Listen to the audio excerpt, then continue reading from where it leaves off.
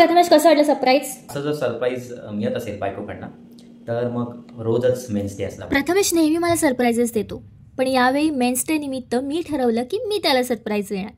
प्रवास सुरू झाला. यावेळेस गुगल मॅप माझ्या हातात होता. तो काहीच विचारत नव्हता, फक्त माझ्या डिरेक्शन्स फॉलो करत होता. माझ्या डोळ्यात एक्साइटमेंट होती आणि त्याच्या क्युरिओसिटी. Perfect combination. फायनली आम्ही पोहोचलो मुळशी येथील फॉरेस्टर रिसॉर्ट अँड स्पा येथे. तिथे पोहोचताच प्रथमेशची जी पहिली रिॲक्शन होती ती माझ्या अजूनही लक्षात आहे.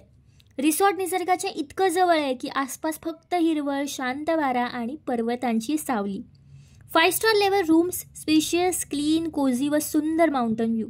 थोडं ॲस्थेटिक, थोडं रोमॅन्टिक, पण अगदी कम्फर्टेबल, जणू घरापेक्षा जास्त घरासारखं.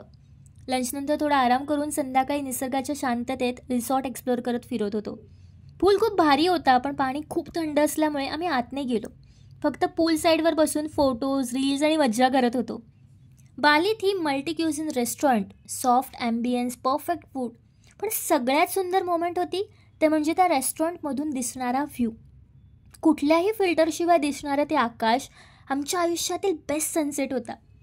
Kids area, spa, forest hill, सगळीकडे असं काम वाईब होतं की माइंड ऑटोमॅटिकली डिटॉक्स होत होतं. हीच टोटल स्पोर्ट्स लवर, म्हणून इंडोर गेम सेक्शन त्याच्यासाठी ड्रीमसारखंच होतं.